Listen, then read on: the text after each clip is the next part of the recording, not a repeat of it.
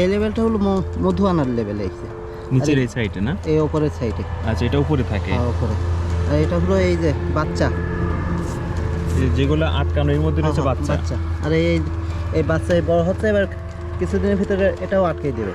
আচ্ছা, তারপর যখন বাচ্চা পরিপুষ্ট হয়ে যাবে তখন ওই ফেটে বেরিয়ে যাবে। 16 লাখ টাকা বা 15 লাখ টাকা না হয় তাহলে তো আমার এই করে কোনো লাভ। রানী মৌমাছি আবহাওয়ার তারতম্যের কারণে এখন খামারিরা অতদিন রাখে না, কারণ ডিম সার্ভিস ভালো দেয় না।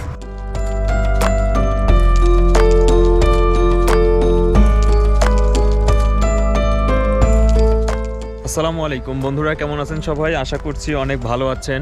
আজকে আমি এই ভিডিওটা যখন শ্যুট করছি 2023 সালের একদম শেষ প্রান্তে দাঁড়িয়ে, অর্থাৎ আজকে 31শে ডিসেম্বর, কালকে থেকে শুরু হচ্ছে নতুন বছর 2024। সবাইকে নতুন বছরের অনেক অনেক শুভেচ্ছা এবং শুভকামনা। এই যে আমার পিছনে দেখতে পাচ্ছেন মৌমাছির একটা খামার। আজকে আমি এই মৌমাছির খামারটা দেখতে আসছি। শীত আসতে আসতেই মধুর চাহিদা কিন্তু শীতে একটু বৃদ্ধি পায় এবং বাণিজ্যিকভাবে মধুর চাষ করার কারণে এর উৎপাদনও কিন্তু অনেকটা বেড়ে যায়। তো আজকে এই খামারটা আমরা ঘুরে দেখব এবং এই খামারে কিভাবে মধুর মাছিগুলো সংরক্ষণ করা হয়, সেই মাছি থেকে কিভাবে মধু উৎপাদন করা হয়, এর সম্পূর্ণ প্রসেসটা এই ভিডিওর মাধ্যমে আপনাদের সাথে তুলে ধরার চেষ্টা করব। সম্পূর্ণ ভিডিও জুড়ে আমাদের সাথে থাকবেন। আশা করছি অনেক নতুন কিছু দেখতে পারবেন এবং অনেক কিছু জানতে পারবেন।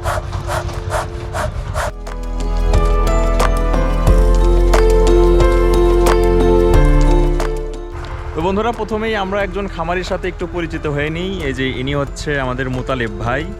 আপনারা আসছেন কোথা থেকে? সাতক্ষীরা থেকে আসছেন। সাতক্ষীরা শ্যামনগর থানা থেকে। এখানে থাকবেন কতদিন? এখানে যদি ফুল থাকে তো এখানে ফুল সম্ভবত মনে হচ্ছে মাসখানেক থাকবে, মাসখানেক মতো আছে। আচ্ছা, এই পেশার সাথে আপনি কতদিন ধরে আছেন? আমি এই পেশার সাথে আছি এই 26 বছর পার হয়ে গেছে, 27 বছরের মতো, 27 বছর পড়লো।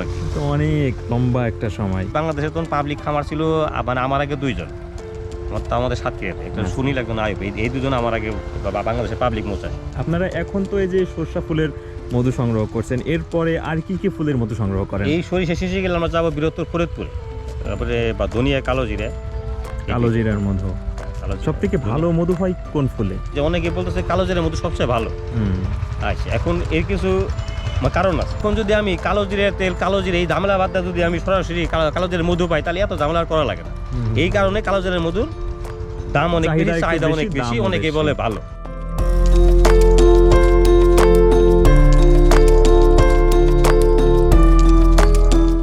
সরিষা ফুল থেকে এক সিজনে সর্বোচ্চ কয়বার মধু সংগ্রহ করা যায়? সরিষা ফুল যদি এটা ডিপেন্ড করে মাঠের উপরে, তবে যদি আবহাওয়া ভালো থাকে আর যদি সরিষা যদি একটা মাঠে যদি আগুন নামে আপনি মিলিয়ে থাকে, তাহলে 5 থেকে 6 বার। একবার যখন মধু ভাঙেন, এই এক বক্সে কয় কেজি করে মধু হয়? এটা তো আপনার গড় হিসেব, এটা তো মোটামুটি আমি গড় হিসেব দিতে পারবো। গড় হিসেবে আপনি ধরেন 2-2.5 কেজি বা 3 কেজি।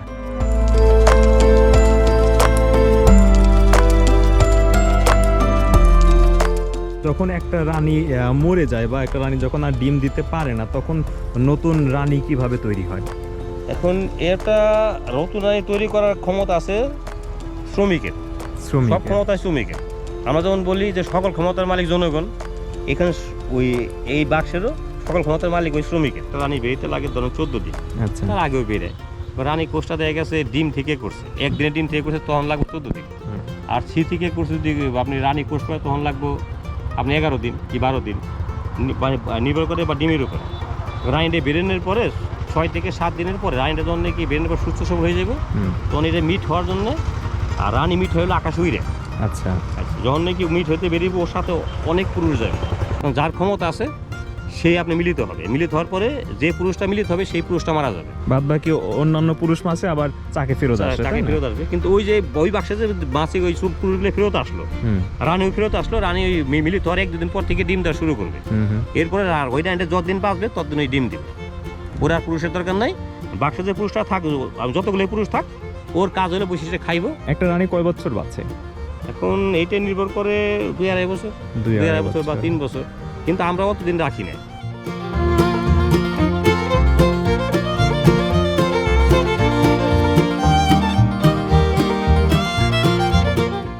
এখানে আমরা এখন দেখব যে রানী কোনটায় আছে বা রানী কোন ফ্রেমে আছে এবং রানীটা দেখতে কেমন হয়, এক্স্যাক্টলি রানীর কাজ কি, সব কিছু এখন আমরা দেখব।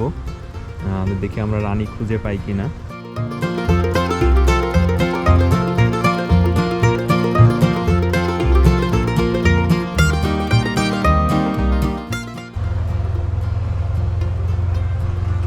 রানী তো কখনো চাক থেকে বাইরে যায় না, তাই না? এই যে রানী, এই যে এটা না বন্ধুরা, এই যে দেখতে পাচ্ছেন এইটা হচ্ছে রানী। এই রানীটা সব সময় এই ফ্রেমের মধ্যে ঘুরে বেড়ায় এবং এই বক্সে যতগুলো ফ্রেম আছে সবগুলো ফ্রেমেই তো রানী চাই, তাই না?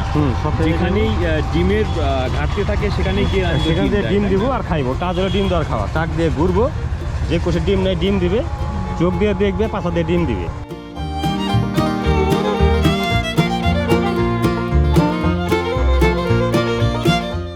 বন্ধুরা, এই যে এইটা হচ্ছে মধু ছাড়ার মেশিন এবং ওইখান থেকে ফ্রেমগুলো নিয়ে আসছে, নিয়ে আসার পরে ফ্রেমগুলো এর মধ্যে দেওয়া হচ্ছে। দেওয়ার পরে এটা খুব সহজেই, এই যে ফ্রেমটা দেখতে পাচ্ছেন, ফ্রেমগুলো দেওয়ার পরে এই যে এখানে এই ফ্রেমের মধ্যে মধু দেখতে পাচ্ছেন, এগুলো মধু দেখা যাচ্ছে একদম ক্লিয়ার। এবং এই ফ্রেমগুলো এর ভিতরে দেওয়ার পরে যেখানে একটা হ্যান্ডেল আছে, এইটা দিয়ে মাত্র কয়েকটা পাক ঘোরালেই মধুটা বের হয়ে যাচ্ছে। আমরা দেখি এটা কিভাবে বের করে।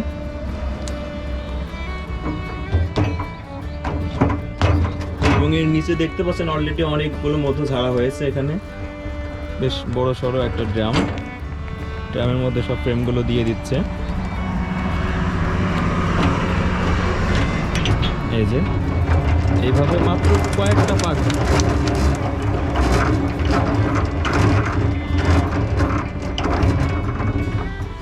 অলরেডি মধু বের হয়ে গেছে। দেখি আমরা একটু দেখি।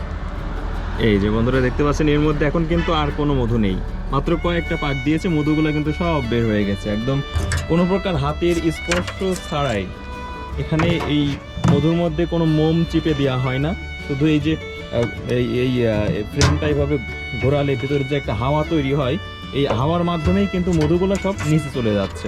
এইভাবে মধুগুলো এখানে ঝাড়ার পরে যখন এটা ভর্তি হয়ে যাবে বা যখন ঝাড়া শেষ হয়ে যাবে, তখন এই যে নিচে দেখতে পাচ্ছেন এখানে একটা লাইন করা আছে। এইখানে এটা খুলে দিলে মধুগুলো সব বের হয়ে নিচে এই যে ড্রামের মধ্যে ভর্তি হবে। এক একটা ড্রামে কতগুলো করে মধু আটে?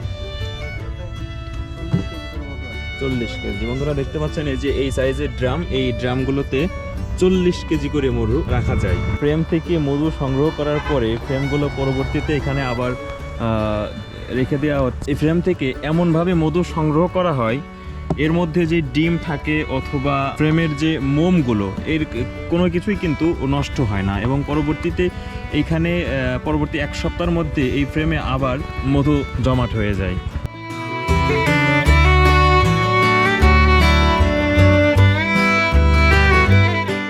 যখন এই যে বর্ষার সময় কোনো ফুল থাকে না, তখনই মৌমাছিগুলো কিভাবে সংরক্ষণ করেন? তখনই মৌমাছির যে এলাকায় আপনার পর্যাপ্ত পানি হয়, পরাগ পাবে, মানে ফুলের সোর্স থাকে, খাবার না পায় কিন্তু পরাগ পাইতে হবে। আমি খাবার দিলাম পর্যাপ্ত, কিন্তু আমি পরাগ পেলো না, তাহলে মাছি টিকবে না, মানে বাচ্চা বলতে পারবে না। পরাগ না পেলে আমি ডিম দিবে না। যে এলাকায় পরাগ পাই সে এলাকায় আমরা বাক্সগুলো নিয়ে যাই, নিয়ে ওই খাবার দিই। এই সময়টা তো মধুর একটা সিজন চলছে, তাই না? হ্যাঁ। তো সারা বছরে মধু এত উৎপাদন হয় না। না না। তো সেক্ষেত্রে আপনাদের এই ব্যবসার লাভ লসের হিসাবটা কেমন? লাভ লসের হিসাব কি, যে মৌমাছির চাষে লাভ আছে, এখন জিনিসপত্রের দামের আমাদের খরচ অনেক বাইরে গেছে, তারপরে এখনও লাভ আছে যদি আবহাওয়া ভালো থাকে। না আবহাওয়া ডিপেন্ড করে, মনে করেন যে আজকে যে আবহাওয়া গেল বা সামনে যদি কুয়াশা পড়ে, 7 দিন কুয়াশা থাকলে আমাদের মানে ব্যবসা শেষ। যেমন আজকে সকাল থেকে অনেক কুয়াশা ছিল, এখন পর্যন্ত এক মাস এখনো কিন্তু কাজ করতেছে না। আজ যে কত সময় কাজ করে তা বলা যাচ্ছে না। তবে মৌমাছি চাষ লাভজনক যদি সে মানে ঠিক মতো করতে পারে। 5 মাসই বলা চলে, 5 মাস খাবার মধু হয় আর 7 মাস খাবার দেওয়া লাগে। তো এই 7 মাসে আপনাদের এই যে এখানে 160টাই আমি বলি 160টা বক্স আছে, এই 160টা বক্সের পিছনে এই বাকি 7 মাসে কত টাকা ইনভেস্ট করতে হবে? এই আপনার 7 মাসে যদি এই যে এখানে যে বক্স আছে, এই বক্সে 7 থেকে 8 লাখ টাকা খরচ আছে। এক বছরে মধু বেচতে পারবেন কয় লাখ টাকা? 16 লাখ টাকা বা 15 লাখ টাকা না হয়, তাহলে তো আমার এই করে কোনো লাভ নেই। মানে 50% একটা লাভের আশা করা যদি যায়। আবহাওয়া ভালো। হ্যাঁ, কোনটা একটু দেখান। আসতেছে না, এখানে আসতেছে মনে হচ্ছে।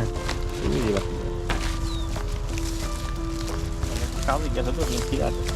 এই যে পরাগ, এই যে হলুদ মতো না, এই যে হলুদ, এটা কি পরাগ, মানে ফুলের রেণু, মানে যার মাধ্যমে আপনি ফসলের পরাগায়ন করে। পরাগ দিয়ে কি করে? মৌমাছি পরাগ হলো বাচ্চাদের খাবার। বাচ্চাদের এটা আমাদের মৌমাছির বাসায় হলো মৌরুটি বলে। এই পরাগ না পাইলে আপনার মৌমাছি ডিম দিবে না। পর্যাপ্ত আপনি যত পরাগ পাবেন তত ডিম দিবে। একটা রানী দিনে 1.5 থেকে 2,000 12,000 মতো ডিম দিতে পারে। এখন নির্ভর করে পরাগের উপরে, পরাগ যত বেশি হবে ডিম তত বেশি দেবে।